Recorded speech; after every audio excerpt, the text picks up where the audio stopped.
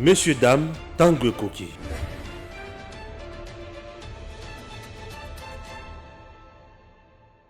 Mesdames et messieurs, Denis Kadima, candidat du chef. Révélation faite par Abbé Cholé sur Télé 50 lundi en République démocratique du Congo. On en parle dans cette émission Tanguy Koki avec Sélé Kanangila Wabeya. Sélé Kanangila, c'est l'un des journalistes expérimentés en République démocratique du Congo, aujourd'hui dans le milieu politique, et il reste toujours politique. Et c'est un garçon qui fait correctement son travail. Sans complaisance, il va essayer d'analyser les révélations, bien sûr, de M. Abbé Cholé. Est-ce elles sont graves, elles sont vraies? C'est juste pour éclairer l'opinion? Ou c'est quoi concrètement?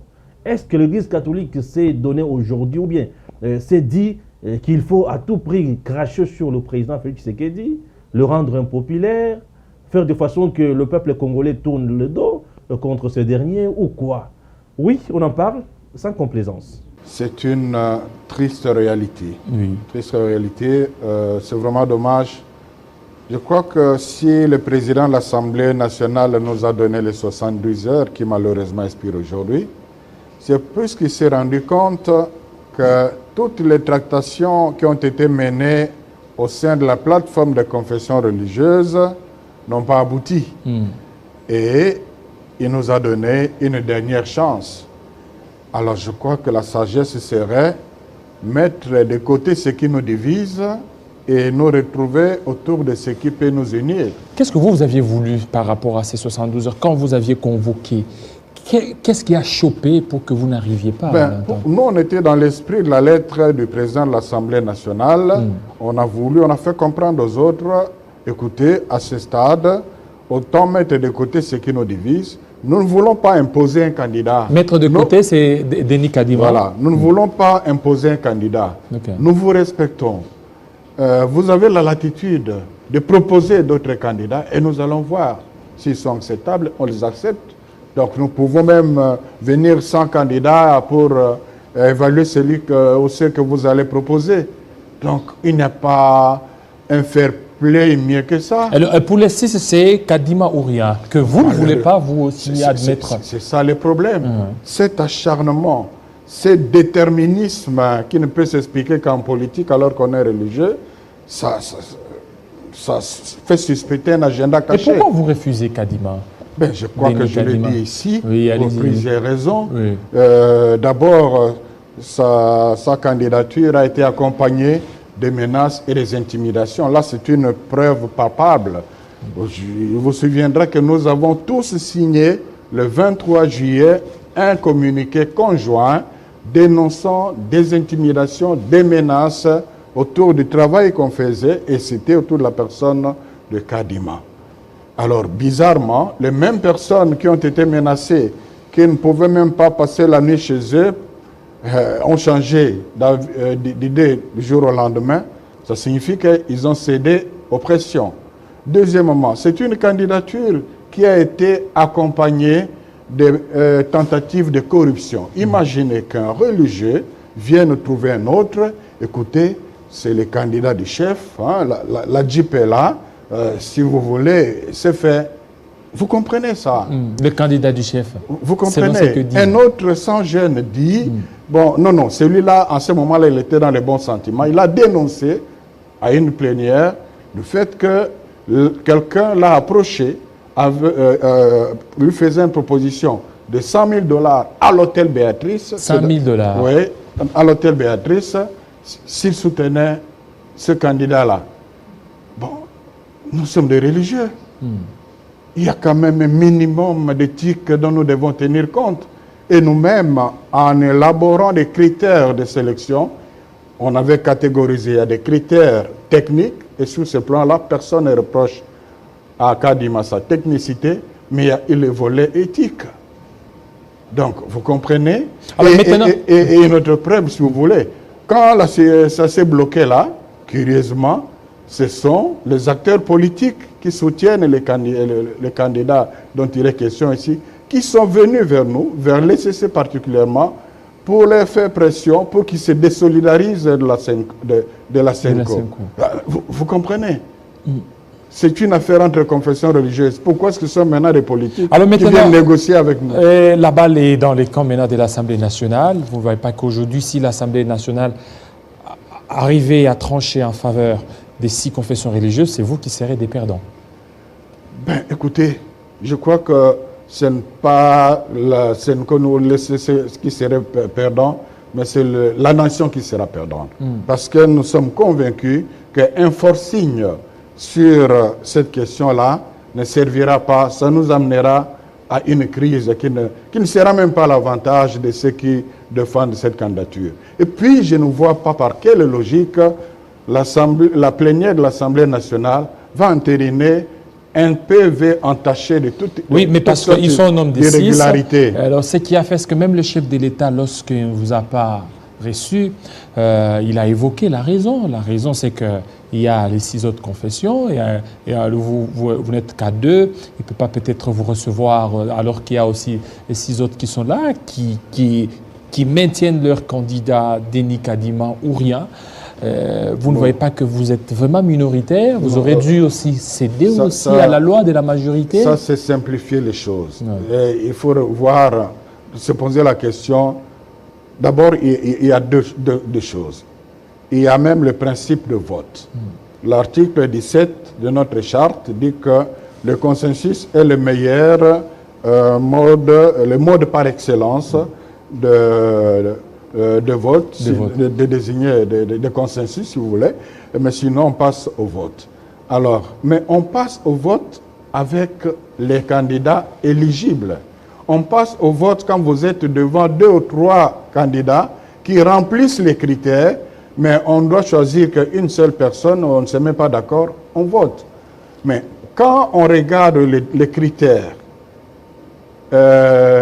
juridiques, légaux, techniques, éthiques, et on se rend compte qu'il y a des candidats qui ne répondent pas à ces critères-là, est-ce qu'on doit aller au vote? Ça, c'est 1. 2.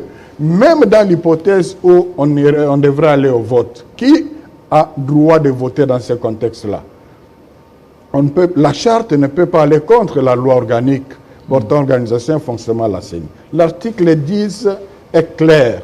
Ne sont concernés que les confessions religieuses qui ont une personnalité juridique, qui ont une présence effective sur terrain, mais aussi qui ont une expérience avérée en matière, une expertise et une expérience avérée en matière électorale. Et ça doit se prouver. Voilà, maintenant, puisque vous êtes bloqué maintenant, la machine est grippée, qu'est-ce que vous comptez faire? Ben, tenant compte de l'esprit de collégialité, nous n'avons pas voulu exploiter l'article 10 pour ne pas éliminer d'autres confessions religieuses. Qu'est-ce que dit l'article 10? C'est ce que je viens de dire justement. Donc, si on vérifie cet article-là, pas mal de confessions religieuses qui sont à la plateforme n'ont pas droit à voter parce qu'ils n'ont pas une expertise, ils n'ont pas une expérience avérée en la matière. Au lieu d'aller dans cette direction-là, où on se retrouverait à 2 ou à 3, maximum à 4 si on exagérait, on a dit non, privilégions le consensus. Donc pour nous, il n'y a qu'une voie de sagesse. Mettre de côté ce qui nous sépare, construisons l'avenir sur ce qui nous unit. Alors aujourd'hui, ce qui nous sépare aujourd'hui, ça a un nom, c'est le candidat Denis Kadima. Denis Kadima. Alors aujourd'hui, ce sont les politiques qui vont essayer peut-être tant soit peu de donner la solution à ce que vous, confessions religieuses, devrez certainement facilement trouver. Et ça sera l'Assemblée nationale qui devra trancher. Vous ne vous sentez pas que vous avez failli à votre mission, vous, en tant que confession religieuse? Oui, je commençais par dire que c'est triste parce qu'on ne devrait pas arriver à ce niveau-là. Mais du moment qu'on se laisse manipuler par les politiciens, on arrive à cela. C'est là le grand problème. C'est là le grand problème. Et maintenant, c'est la toute dernière chance qu'on vous a donnée des 72 heures ou bien il y a d'autres opportunités? Je crois que nous, on continue à prier. On est limité jusqu'à ce point. Est-ce qu'à chaque fois, lorsque vous réunissez, vous priez aussi? Bien sûr, on commence par prier. Ouais. Et la dernière fois, c'est l'évêque général Dodo qui a conclu avec la prière. Qui a conclu avec la prière, oui. Dans la divergence. Oui. Dans la divergence. Oui. Voilà. Voilà, nous sommes sur plateau bien sûr avec Sélé Kalangila. Bonjour Sélé. Bonjour DG Stéphane, merci beaucoup de l'invitation. Je suis très content de te retrouver dans ton costume du DG. Pour la petite histoire, on a été ensemble à la rédaction RTGA en 2014-2015. On a passé pas mal de bons moments. Tu connais mes faibles commencements. Bien sûr, non, on connaît nos faibles commencements parce que j'ai commencé aussi à l'époque. Et donc, merci beaucoup. Je suis très content de ce que vous faites maintenant comme travail. Je félicite l'ensemble de votre équipe et vous exprime ma disponibilité à tout moment que vous aurez besoin de moi. Merci beaucoup. En tout cas, c'est juste une marque d'honneur. Alors, Sélé Kalangila, vous suivez de près l'actualité politique en République démocratique du Congo ces derniers temps. Nous sommes liés tous aujourd'hui par la désignation, bien sûr, du président de la CENI. Les confessions religieuses n'arrivent toujours pas à s'accorder. Abbé Chiolé est passé sur Télé 50. Il a dit des choses. Denis Kadima, auquel tout le monde fait allusion aujourd'hui, c'est le candidat du chef. Que dites-vous? Ça me fait un peu rire. Je vais revenir à votre question, Stéphane, mais laissez-moi quand même dire quelque chose sur ce qui se passe à l'UNPC. Je crois que vous êtes journaliste, vous êtes concerné. Je vais poser cette question-là concernant Jean-Marie Kassama, bien sûr. Je vais vous poser c'est toute une thématique. Ne vous en faites pas. Je souhaitais même qu'on commence. On peut commencer avec ça? Bien sûr. Vas-y alors, Qu'est-ce qui se passe concrètement? Ce qui se passe à l'UNPC, c'est que les gens ont érigé l'anarchie, l'illégalité en système de gestion de l'Union. Les gens qui sont allés à l'école, qui ont appris le journalisme, qui passent tout leur temps à donner des leçons aux politiques que nous sommes, parce que moi aujourd'hui je suis politique, eux-mêmes ne prêchent pas par exemple. Ce qui se passe à l'UNPC, c'est l'illégalité de M. Kassamba, soutenu par les autres membres du comité national de l'UNPC. M. Kassamba a été interdit d'engager l'Union nationale de la presse du Congo, section de la ville-province de Kinshasa, comme président, parce que lorsqu'il y a eu de problèmes dans son entreprise avec les journalistes qui s'étaient levés pour exprimer leur mécontentement au fait qu'ils n'étaient pas donc payés, traités comme ils se devaient, ils travaillaient beaucoup et que la rémunération à l'époque ne suivait pas. Kassamba, en tant que responsable de l'UNPC, il sait que pour un journaliste, nous avons un tribunal des pairs. Bien sûr. Nous avons une commission de discipline devant laquelle il pouvait aller donc, se plaindre pour que la commission puisse se mettre au travail et entendre les journalistes et s'il y a des sanctions à prendre, les prendre. M. Kassamba s'était contenté à l'époque d'aller au tribunal, d'aller au pénal.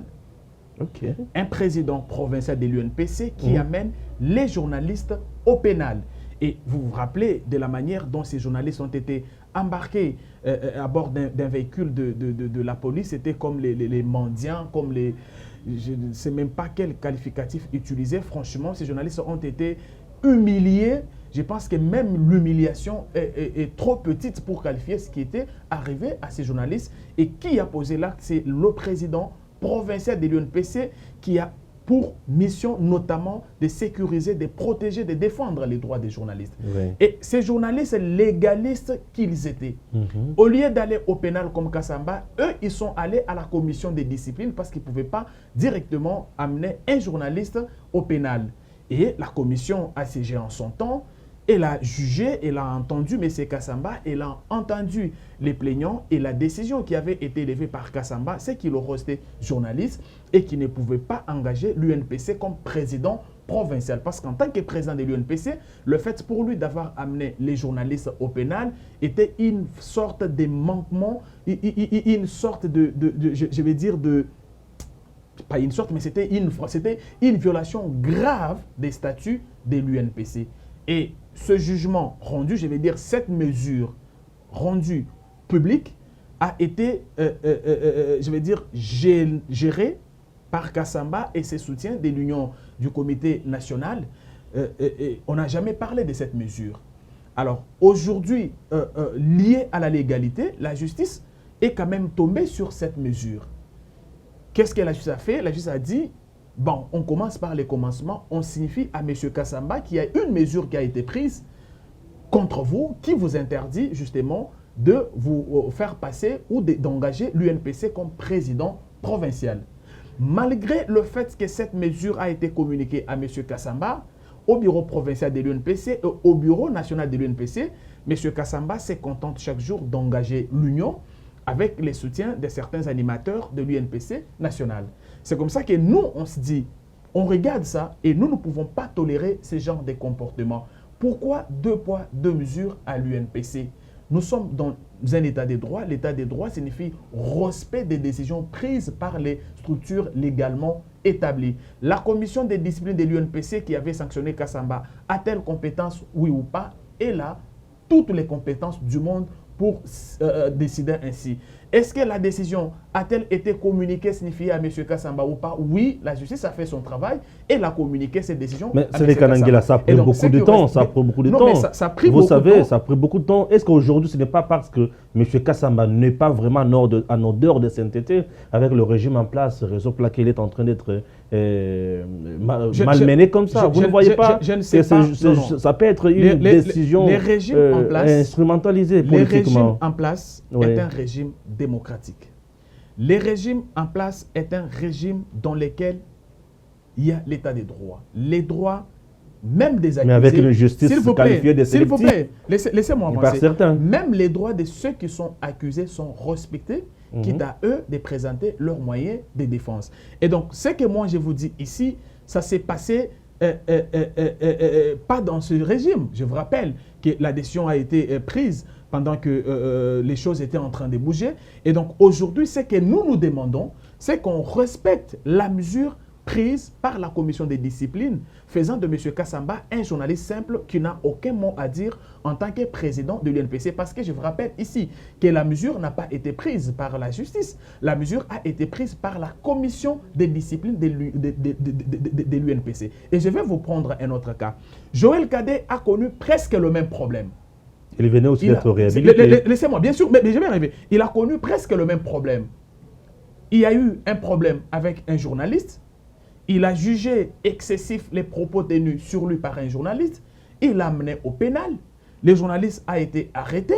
Mais la commission des disciplines a dit à Joël Cadet, vous, en tant que membre de l'UNPC, vous ne pouvez pas amener un journaliste au pénal. Et Joël Cadet a été sanctionné. 6 mois de suspension. Oui.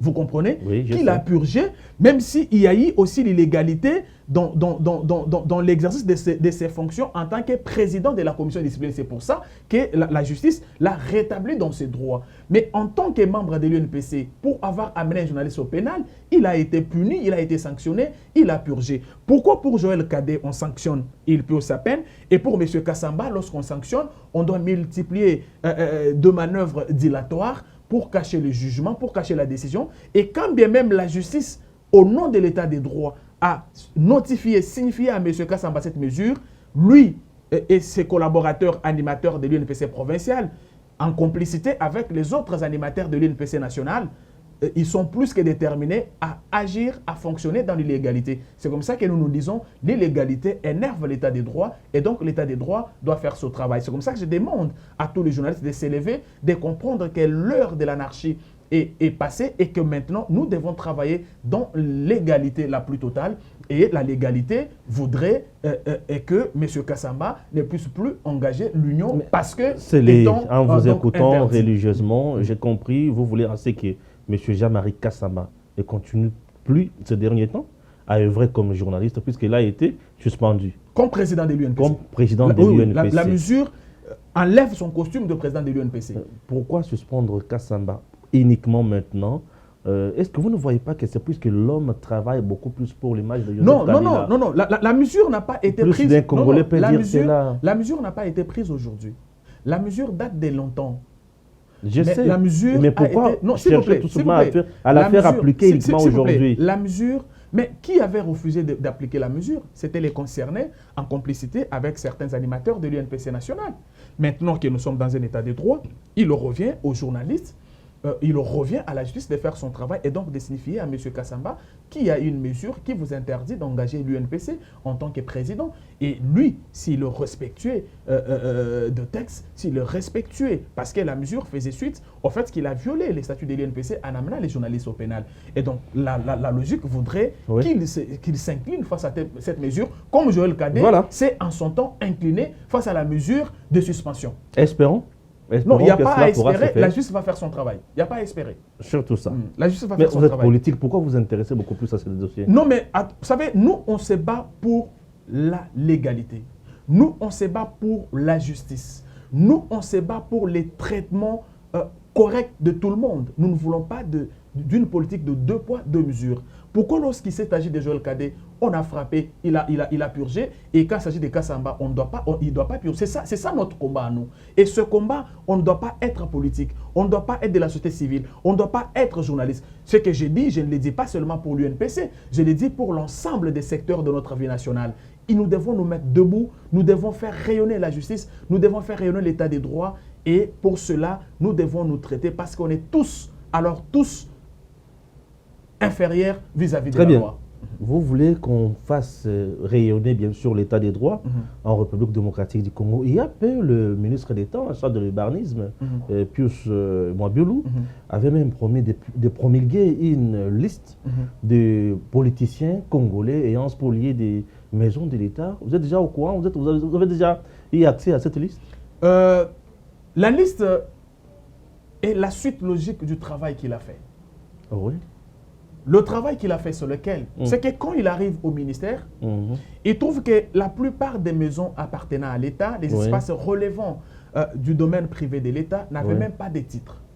C'est comme ça que les voleurs de la République, je souhaite les appeler voleurs parce que... Non mais ils sont voleurs. Bien sûr. Ils ne méritent aucun respect, mon ami. Moi, je ne veux pas qu'on les appelle spoliateurs. Non, les moi, voleurs. je veux qu'on les appelle les voleurs de la République. Le terme est approprié. Bien sûr. J'encourage. Alors, les voleurs de la République qui profitaient du fait que les maisons de l'État n'avaient pas de titres, ont passé tout leur temps à prendre les maisons de l'État, à prendre les espaces de l'État, prendre pour eux, pour leurs copains, pour leurs copines, ainsi de suite.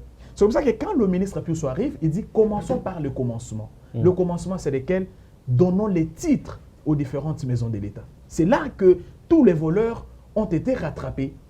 Et donc, quand il a commencé ce travail, vous êtes journaliste, vous êtes au courant qu'il a été victime d'insultes, des coups montés par-ci, par-là, de gens qui voulaient les décourager à faire On a même failli dédoubler vous êtes au courant de tout ce qu'il a eu à endurer.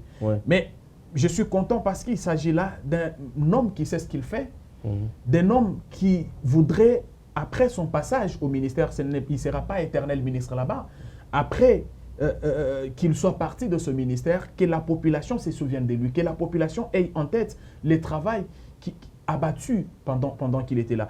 Et donc, c'est là qu'on découvre que la plupart des maisons de l'État n'avaient pas de titres et c'était pratiquement une passe en or faite aux voleurs.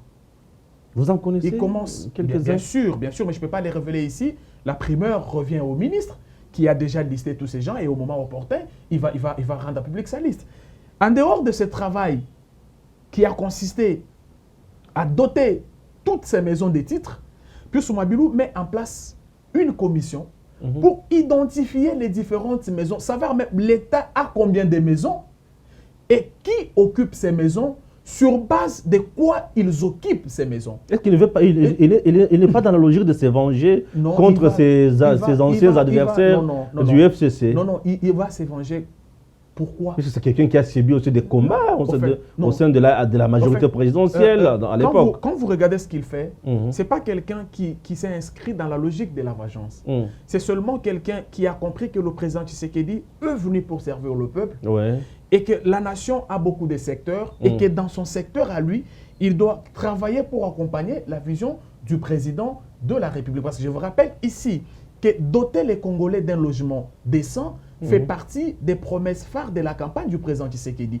Et lui, comme il est dans ces secteurs-là, il doit jouer sa partition. C'est ça le sens du travail qu'il est en train de faire. Et donc, on identifie les maisons. Je vous en parle parce que j'ai fait partie de la délégation, de l'équipe qui a été chargée d'identifier ces maisons. Mais vous avez été sur le terrain. Bien sûr, vous avez identifié des maisons. J'ai géré la communication, l'équipe de communication qui était dans cette commission. Entre nous, juste 2 minutes. Est-ce que Ramazan Chadar est sur la liste? Bon, moi, je ne suis pas ici pour citer les noms des gens. Je ne suis pas ici pour citer les noms des gens. La primeur, le pouvoir de rendre public la liste de tous les voleurs des maisons de l'État. Et surtout les anciens dignitaires. Revient, je dis, le pouvoir de rendre public la liste de tous les voleurs des maisons de l'État revient au ministre Pius Mwabelu qui a travaillé avec ses juristes, avec ses différents secteurs, qui aujourd'hui est en possession de cette liste-là et il a promis de la publier au moment opportun. Et donc, un autre combat qu'il mène et pour lequel... Ça ne risque pas encore d'envenimer la classe politique. Vous savez, la situation politique de notre pays qui reste un peu tendue. C'est ça, c'est ça notre problème. Quand vous me posez cette question, vous me rappelez M. Katumbi que j'ai suivi récemment dire aux gens qu'il faut pardonner les gens comme les John Numbi, les gens comme les Kalev. Non, non, ça c'est pas le... N'appelez pas ça pardon. Ça c'est un monsieur, excusez-moi, qui est dans... J'ai un grand respect pour M. Katumbi, j'ai un grand respect pour lui. Mais je trouve que là, il a voulu faire... il n'a pas voulu jouer franc jeu. On sait qu'il est dans une posture de se faire passer pour les leaders du Haut-Katanga. Rassembleur. Et par conséquent, il est dans la politique du pardon. D'attirer vers lui tous les soutiens du FCC, ainsi de suite. C'est comme ça qu'il a le courage de dire aujourd'hui, par exemple, parlant de John Numbi, qu'il faut pardonner. Est-ce que vous, qui nous suivez à la maison, vous qui avez appris que Chebeya a été tué parce qu'il avait répondu à l'invitation de la police, il a reçu l'appel général de John Numbi, il est allé répondre et de l'inspection générale de la police, son corps sans vie s'est retrouvé vers le Congo central. Avec des prudences dessus. Bien sûr, on sait comment on monte des histoires. Et il n'y a pas que le cas chez Béa. Vous qui savez que Luc Kouloula a été incendié dans sa maison de Goma. Vous qui savez que les militants de l'UDPS ont été brûlés vifs. Vous les militants des droits de l'homme qui ont été torturés et qui êtes même allés en justice contre Kalev.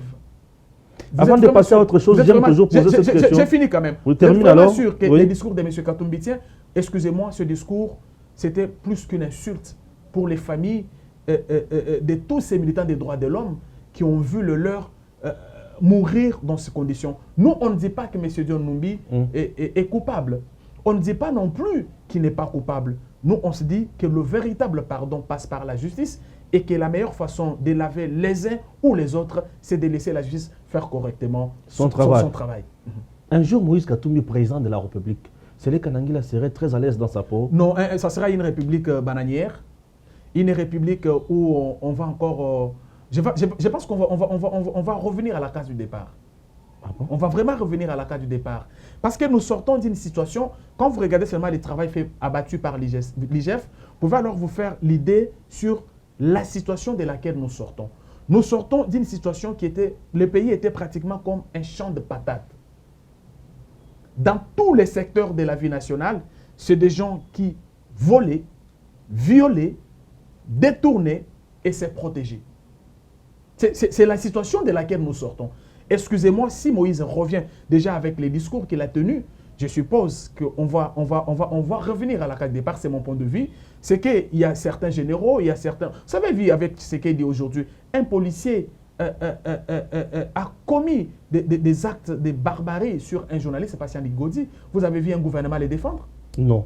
Vous avez vu tout le monde. Le Premier ministre lui-même a dénoncé la... C'est ça. Alors, non, le ministre des Médias, bien sûr. Le ministre des Médias a condamné et les messieurs, eux, aux arrêts. Bien sûr. Personne ne pouvait tolérer. Alors que par le passé, quand ces actes sont commis par le journaliste, c'est le gouvernement lui-même qui montait au créneau pour les défendre, pour les justifier. À la limite, même nier, cacher la vérité. Qui vous traite même de badauds. Vous réalisez qu'aujourd'hui, nous sommes dans une situation où l'état des droits nous amène tous. Faites de nous les gens inférieurs face à la loi. Lorsque vous vous énervez la loi, qui que vous soyez, vous pouvez répondre de vos actes. Ça, c'est mon point de vue. Monsieur Katumbi, président demain, nous reviendrons à la case du départ, c'est-à-dire désordre, détournement. Franchement, ça sera une république des antivaleurs. Et donc, pour moi, si ça ne dépendait que de moi, je ne suis pas congolais, je ne suis qu'un citoyen, je ne suis qu'un porte-parole d'un parti politique. C'est vrai que ma voix n'est pas la voix de toute la population, mais si ça ne dépendait que de moi, je pense que le deuxième mandat du président Tshisekedi amènera ce pays à un autre niveau et que son successeur d'après 2023, parce que même quand je vois ce que le président Tshisekedi a eu à faire jusqu'ici, je ne dis pas qu'il a tout fait, mais quand je vois les signaux qu'il a lancés, excusez-moi, je ne vois pas un candidat faire face. Vous avez vu M. Fayilou, pour qui j'ai un grand respect, c'est perdre ici. Aujourd'hui, il s'est discrédité. Les soldats du peuple, l'homme légitime, le président élu. Je ne dis pas que M. Fayilou n'a pas une histoire dans le combat pour la démocratie en RDC. Mais je note aussi qu'au fur et à mesure qu'on a évolué, il a perdu des repères. Aujourd'hui, c'est un Fayilou totalement mort politiquement. Pour preuve, suivez le discours qu'il a tenu lors de son fiasco des marches du 15 du mois. Donc, bref, c'est un monsieur qui insulte facilement alors qu'un leader ne peut pas insulter. C'est un monsieur qui verse dans des futilités alors que la population l'attend sur des questions qui relèvent de son intérêt. Aujourd'hui, la gestion Tshisekedi, dans moins de 3 ans, a rendu l'opposition faible. Et donc, moi, je suis sûr, comme l'Alliance pour l'avenir des Pius Mabilou et son CNC ont décidé de soutenir le deuxième mandat du président Tshisekedi. Vous soutenez aussi la candidature de Félix? Bien sûr, Pius Mabilou. Là, vous rejoignez FDC. Non, c'est Pius Mabilou qui l'a dit avant. Qu'il a dit avant tout le monde. FDC l'a fait il n'y a pas longtemps. J'ai vu M. Bahati transmettre son PV à M. Kabouya Augustin. Ouais. Mais Pius Mabilou l'a fait depuis très longtemps. Okay. Après la publication du gouvernement. Vous pensez que c'est un bon choix, puisque aujourd'hui les gens ne parlent même pas d'un bilan positif, mais ils disent que le bilan est absent. Et vous souhaitez soutenir un candidat pareil, vous ne voyez pas que c'est déjà un chaos préparé en avance? Je commence par respecter le point de vue des compatriotes. Oui. Ils ne sont pas moins congolais que moi, bien sûr, que vous, que le président Tshisekedi, oui, que le ministre Pius Mabilou, ainsi de suite. Et donc, lorsqu'on va aux élections, ma voix ne donne qu'une seule voix au président Tshisekedi. Ouais. La voix de celui qui a dit que le bilan est négatif aussi. Et donc, moi, je respecte leur point de vue. Maintenant, moi, je dis que pour juger le président Tshisekedi, il faut voir d'où nous venons. Ouais. C'est ça le problème. Okay. Nous venons d'une situation telle qu'on n'était pas en collaboration avec les différentes institutions financières, les FMI, la Banque mondiale, qui avaient interrompu la collaboration avec la RDC pour cause des mauvaises gouvernances. Ça, c'est un fait. Et aujourd'hui, ces institutions avaient posé des conditions. Pour qu'on revienne au Congo, la condition, c'est la bonne gouvernance. Qui dit bonne gouvernance dit transparence dans l'utilisation des finances publiques, transparence, respect de la procédure dans l'octroi de marchés publics, respect des droits de l'homme, respect des droits des citoyens, respect de pouvoir qui revient à chaque institution, parce que je rappelle que nous sommes un régime semi-présidentiel et que le président de la République, dans le système qui est le nôtre, n'a pas tout le pouvoir. C'est pour ça que moi je vois les choses. Et aujourd'hui, si ces institutions sont revenues, elles qui ont beaucoup de sources d'informations, c'est qu'il y a eu effectivement bonne gouvernance. Parce que ces institutions-là ne peuvent pas reprendre la collaboration avec un régime qui ne garantit pas la bonne gouvernance. Et je pense que c'est même ça le bilan du président Tshisekedi. C'est même ça son bilan, la bonne gouvernance.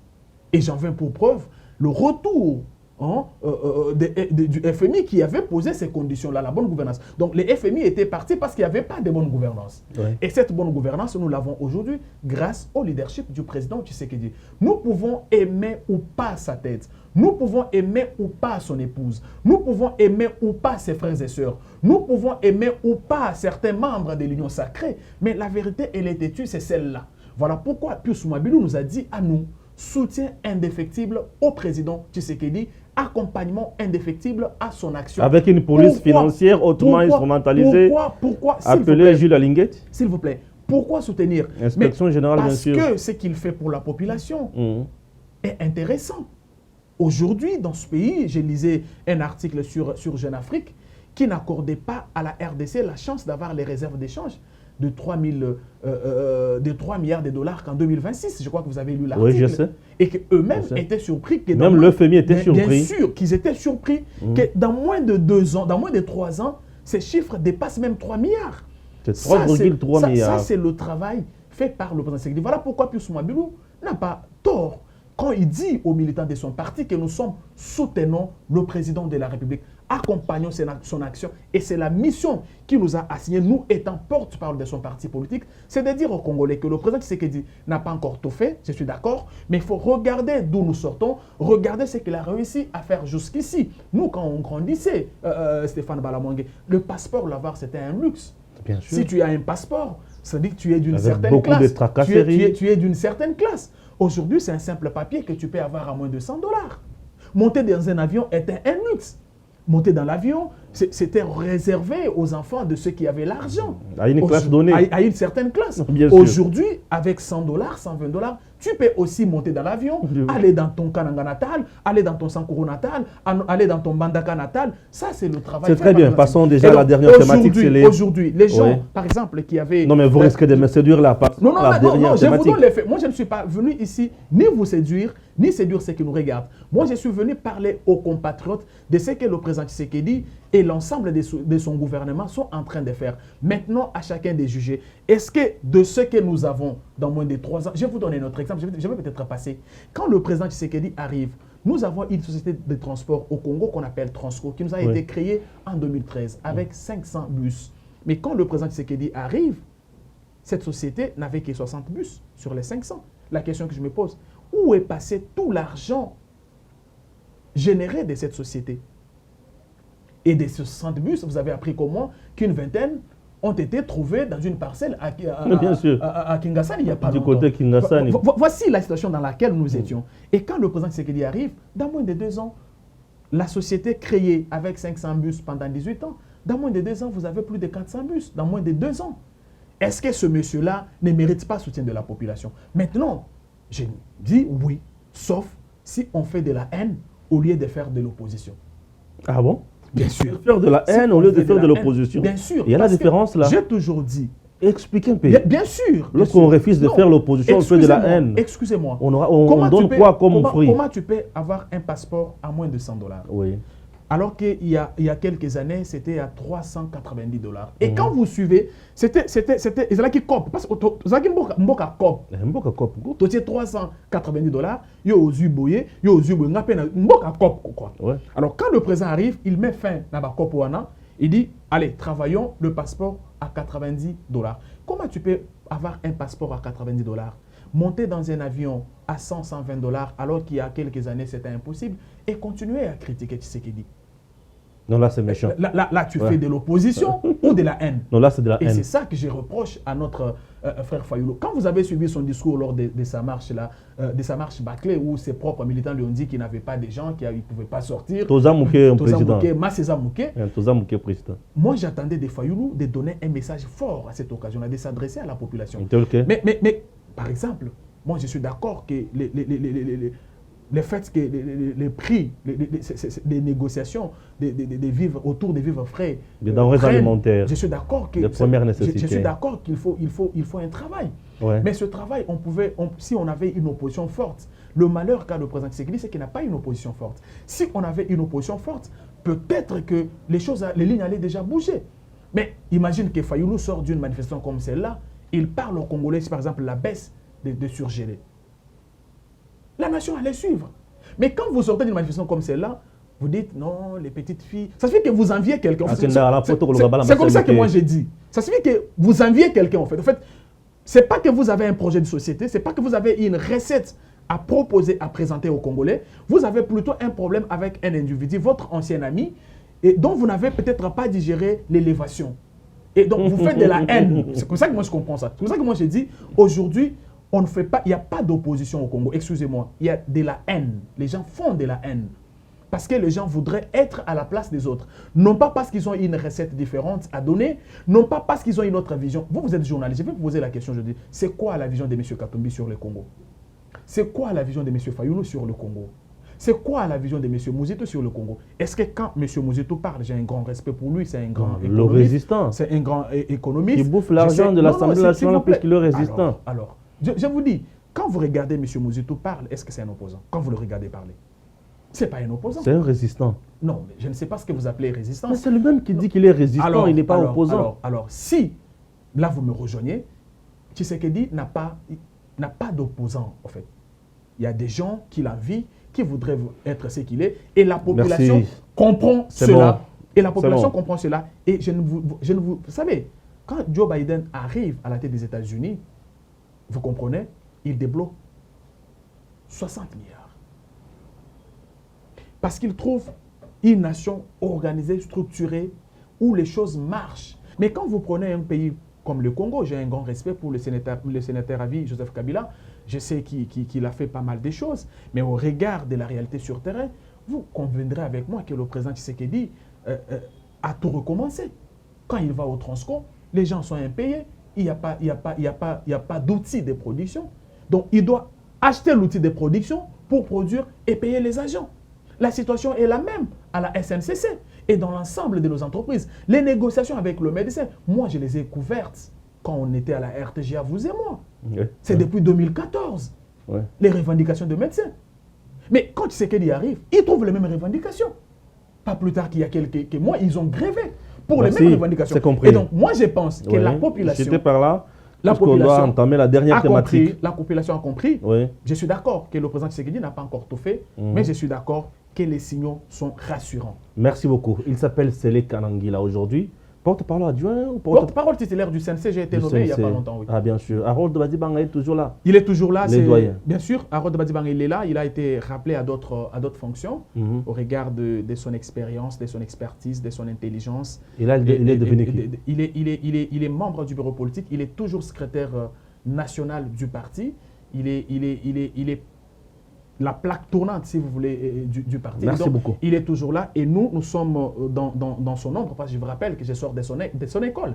Et donc, bien sûr, je sors de son école. Et donc, il est toujours là, Harold Badibanga. Merci beaucoup, Harold Badibanga. Je rappelle, c'est mon formateur. Oui, je l'appelle même un père pour moi. C'est un père pour moi. C'est un père pour moi. Pour tout Jean-Franc Ayons. Bon, c'est bon. Passons à la dernière thématique. Là, nous prenons maintenant les dossiers CENI. Ça brille en RDC. Aujourd'hui, tout le monde a ses yeux braqués sur les confessions religieuses. Pourquoi avoir un candidat du chef? Donc, tous les jours ici, tout le monde est bloqué à cause du candidat du chef, Denis Kadima. Et Abbé Chole vient de révéler des choses. Je vais vous dire une vérité. Oui, c'est laquelle? Avec ce qui s'est passé dans ce processus, nos pères spirituels ont déçu la population. Comment ça? Sérieusement, ils ont déçu la population. Parce que l'idée de confier la présidence de la CENI aux confessions religieuses, donc à la société civile, confession religieuse, est sortie de travaux de Sun City. Ouais. Et les parties prenantes, n'ayant pas confiance les unes envers les autres, avaient pensé confier cette responsabilité aux religieux parce que dans leur tête, c'était dit que c'est des gens moraux, neutres, au service de la nation. C'est des gens qui regardent l'intérêt du peuple. C'est des gens qui n'ont pas de parti pris. Ce ne sont pas les membres de partis politiques, ainsi de suite. Premier élément. Deuxième élément. Les gens s'étaient dit que si on confie cette tâche aux politiciens, aux acteurs politiques, chacun ira prêcher pour son parti politique, pour son regroupement politique, et la machine allait gripper. Et donc, il fallait confier cette responsabilité à ces enseignants qui nous enseignent et Jésus et sa vie, et qui nous demandent même à vivre comme Jésus. Mais je constate avec vous qu'eux-mêmes ne vivent pas comme Jésus. Je suis désolé. Comment ça? Ils ne vivent pas comme Jésus. Regarde. Oui, vas-y. Alors que nous avons totalement confiance en eux. Oui. Aujourd'hui, ils nous prouvent qu'ils sont pires que les politiciens. Ah bon? Ils sont pires que les politiciens. Ils sont logiques? Il n'y a rien de logique. Vous savez, vous avez suivi beaucoup de nos religieux ici donner des leçons de gestion aux politiques. Et lorsque vous leur posez la question, à tout moment qu'il y a une question qui divise les acteurs politiques, ils vous disent il faut respecter les textes, il faut respecter la Constitution, il faut respecter les lois du pays, ainsi de suite. Comment les pasteurs qui passent tout leur temps à donner des leçons de respect de textes aux politiques ne peuvent pas respecter leur propre charte? Ça, c'est le premier élément. Vous savez pourquoi? C'est parce que, contrairement à ce que nous, on a pensé, excusez-moi, la réalité nous montre qu'ils n'étaient pas ce qu'on pensait aussi. C'est des humains comme nous, certes, qui ont du sang, et qui ont des appartenances politiques et même tribales. C'est ça le problème. C'est ça la réalité. Et qu'aujourd'hui, il sera difficile à un Congolais de faire peut-être confiance à un soi-disant homme de Dieu. Excusez-moi, je vais peut-être choquer certaines personnes, mais je suis obligé de dire la vérité aux Congolais. Lorsque vous partez à la composante confession religieuse, les processus de désignation de membres de la CENI ou du président de la CENI commencent par le secrétariat technique. Ce secrétariat technique a pour mission de récolter toutes les candidatures, même les candidatures de gens qui ne répondent pas aux critères. Le secrétariat général récolte d'abord les candidatures.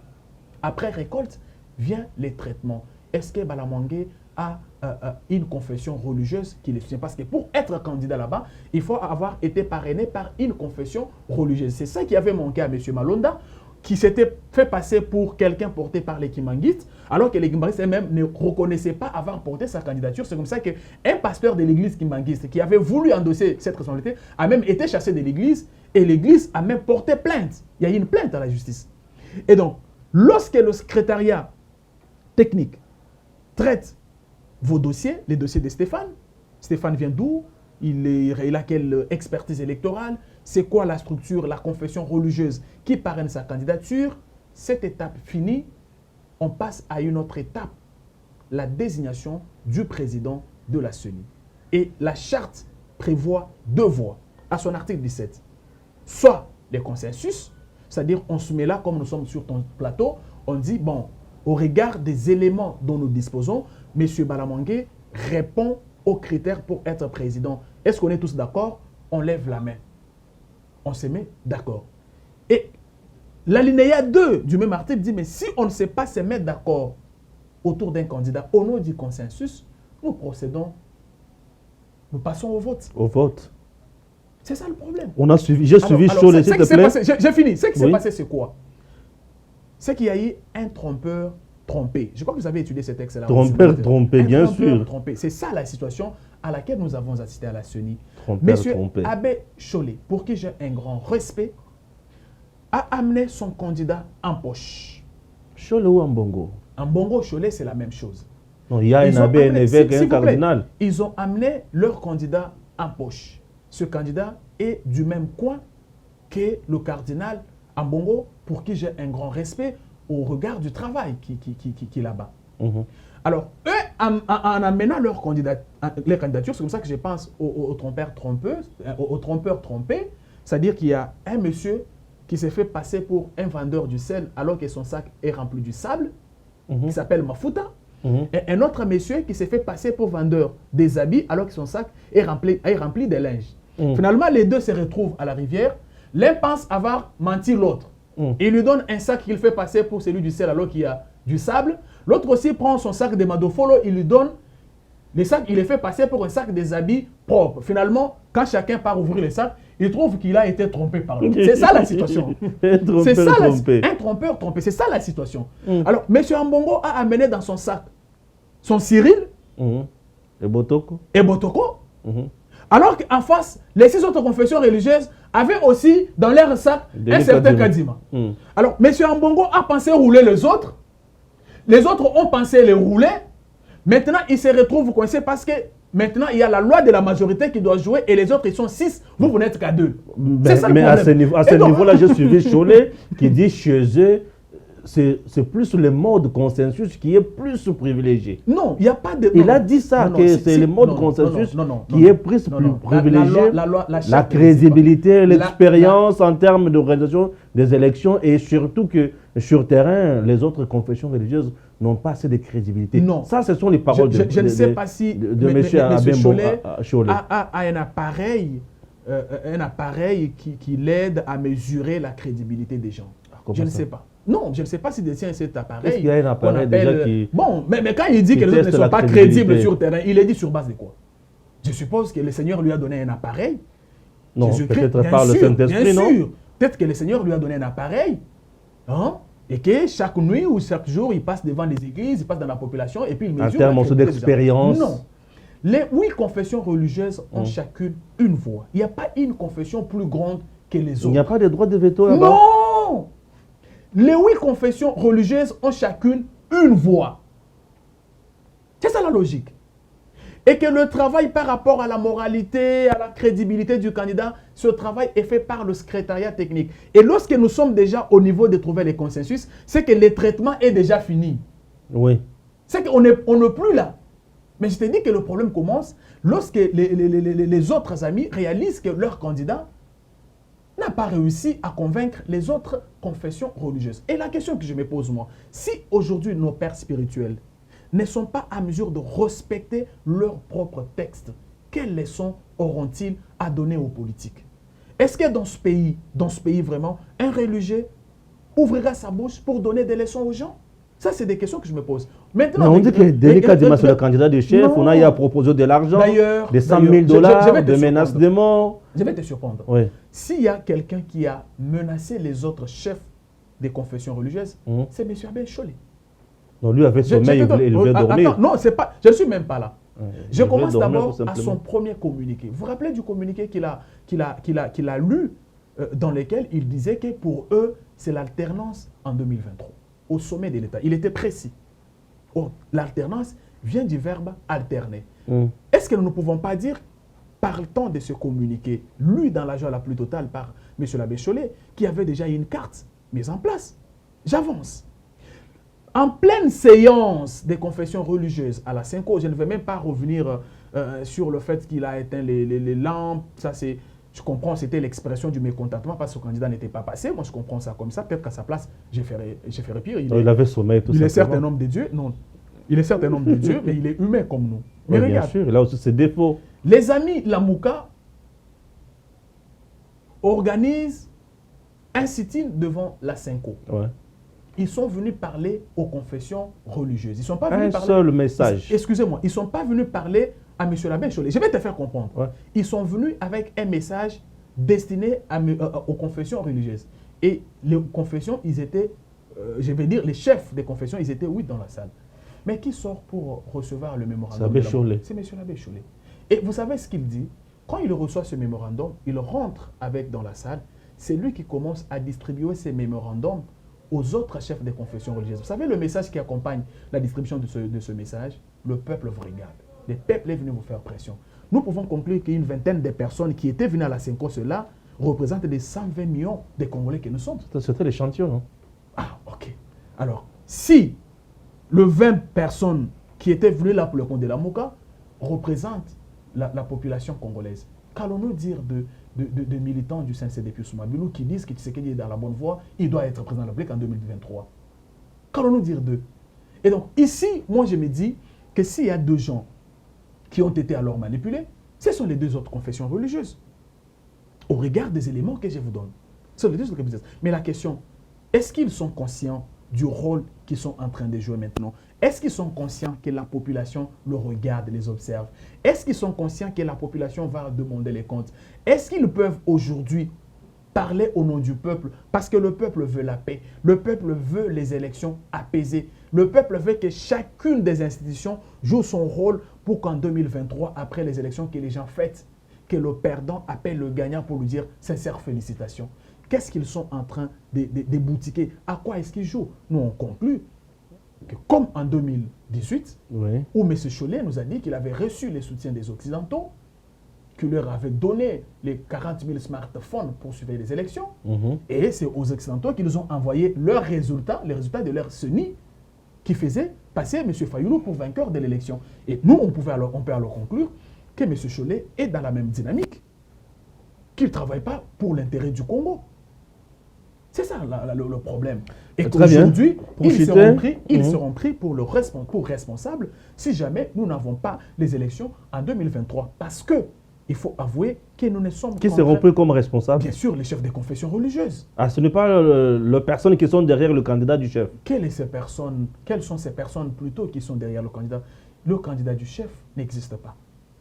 Kadima est le candidat d'une confession religieuse qu'on appelle Kimbanguiste. Vous voulez dire que ce que M. Abbé Cholé dit, c'est du mensonge? Moi, je comprends. Le candidat du chef. Je ne peux pas dire mensonge, je ne peux pas utiliser ce terme-là, mensonge, quand je m'adresse à M. l'abbé Cholé, pour qui j'ai un grand respect. Mais je trouve qu'il n'a pas joué franc jeu. Je trouve qu'il n'a pas joué franc jeu. Je trouve qu'il n'a pas mérité la confiance placée en lui par le peuple, qui avait cru que le religieux, c'est des gens qui servent les seigneurs, qui peuvent, au nom de l'intérêt général, mettre de côté leurs divergences. Et ils auront affaire au peuple. Moi, je ne peux pas, ici, par respect à M. Cholet ou à M. Ambongo, traiter qui que ce soit de menteur ou non. Ça, c'est pas... Maintenant, Abbé Cholet chute en disant que même l'Assemblée nationale ne ferait absolument rien. Pourquoi? Puisqu'il n'y a pas un document qui a été signé par les confessions religieuses. Là, c'est faux. Et là, nous sommes déjà à la fin de l'ultimatum donné par le président de l'Assemblée nationale. Et nous sommes bloqués totalement. Ils sont dans une dynamique. La dynamique ici, c'est de tout faire pour obtenir le report des élections. Je peux conclure ça comme ça. Parce que, en fait, moi, je me dis que la solution à cette crise se trouve seulement dans la charte des confessions religieuses. Respectons seulement la charte. Si on respecte seulement la charte, on n'aura pas de problème. Mais pourquoi les 6 confessions religieuses restent camponnées uniquement sur des décadiments? Il n'y a pas un problème de rester camponné. Papa, nous sommes 6, nous sommes 8. Chacune des confessions religieuses n'a qu'une seule voix. Oui. Les 6 se sont exprimés en faveur d'un candidat. Mais elles s'expriment uniquement à l'unisson. Pourquoi? Non, c'est pas qu'ils ont... Non, il y avait beaucoup de candidats. Et dans la course, il ne restait que Kadima et Cyril. Je peux vous rappeler les autres candidats. Si vous avez vu les Sylvain Loumou, ils étaient candidats. Je connais tous ces gens-là. Un monsieur qui était à la CENI, comment il s'appelle, il était même dans la... à un moment, il a géré la communication de la CENI sous Malmal. On est allé à De Lyon, Kimbulungu. Il était candidat aussi. Ils sont nombreux. Ça signifie que s'il n'y avait que les deux là qui se sont retrouvés autour desquels on a parlé consensus au vote, c'est qu'ils sont passés par toutes ces différentes étapes. Lors pourquoi on a des 3 dernières séances, je n'ai pas posé ma question. Pourquoi on lève l'option? C'est comme on a joué une CAN, une compétition sportive. On a été dans la phase des poules, on a été en demi-finale, on a été en quart de finale, on arrive en finale. On commence d'abord avec les quarts de finale et puis demi-finale. On arrive en finale. Vous nous dites, non, on ne peut pas jouer la finale, il faut revenir à la carte de départ parce que cette équipe-là est arrivée ici par corruption. Ça se fait où? Ça se fait où? Mais lors de ces 3 séances, les raccords, alors que la logique voudrait que si, au fur et à mesure que vous évoluez dans la compétition, s'il y a une équipe qui passe par des mafias, il y a des instances vous pouvez saisir. Bien sûr. Pourquoi tous ces temps, M. Cholet n'a pas... Il attendait qu'on arrive à la dernière étape, consensus ou vote, pour crier à la manipulation. Je pense que c'est pas bon, je pense. C'est pas bon, j'espère que vous venez de répondre à ma question. Voilà, nous sommes arrivés à la fin de notre émission. L'émission s'appelle Tango et Koki et vous êtes sur EDEM TV officiel. Stéphane Balamang est votre humble serviteur. Je ne cesserai jamais de vous informer et d'analyser ensemble avec les compatriotes l'actualité de notre pays dans le souci de proposer aussi des idées qui vont bien sûr contribuer à l'épanouissement et au développement de notre pays. Dernier mot pour aujourd'hui, vous pouvez nous dire quoi? Peuple congolais, il faut voir d'où nous venons. Il faut voir d'où nous sortons. Nous sortons d'un grand puits. Et aujourd'hui, nous devons travailler pour le rayonnement de notre pays. Rayonnement du pays, développement du pays nécessite beaucoup de temps. Mais dans quelques 2 ans et demi du mandat du président Tshisekedi, avec l'ensemble de ses warriors, dans chaque secteur, vous voyez qu'il y a des signaux. Quand vous allez chez Pius Mwabilou, à l'urbanisme Habitat, il y a un signal qui est lancé. Le journaliste en parlait tout à l'heure. Vous allez chez F. Bazaïba, vous allez dans d'autres secteurs. Vous voyez le travail que l'IGF est en train de faire.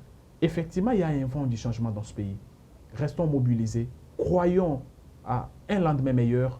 Le Congo de Lumumba, le Congo de Tshisekedi, le Congo de Mwabilou, le Congo de Fayoulou, le Congo de Mouzito, le Congo de tous ses compatriotes va rayonner. Maintenant, faisons de l'opposition à Tshisekedi, ne faisons pas de la haine. Merci beaucoup. Waouh, ça c'est le discours d'un politique. Félicitations. Merci beaucoup. Que Dieu bénisse la RDC. Et surtout, n'oubliez pas, s'il vous plaît, de vous abonner. Merci. Si vous n'êtes pas encore abonné à votre chaîne, abonnez-vous s'il vous plaît. Appuyez là où c'est écrit abonner et puis cherchez la cloche pour recevoir les notifications de nos publications. EDEM TV reste une machine de production, bien sûr, en termes d'analyse et d'émission. Nous resterons toujours là pour vous informer à temps et à contre-temps. À très bientôt. Au revoir. Inutile de voyager, inutile de se tracasser. Artiste style de rêve, une boutique d'habillement et salle de mariage vient donner solution à vos inquiétudes. La boutique offre des articles de qualité 100% turquie.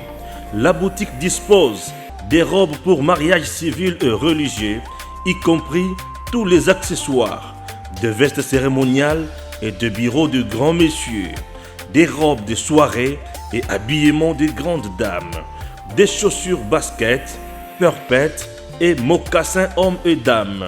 Arcis Style de Rêve n'a pas oublié l'habillement des tout petits de 2 ans à 16 ans.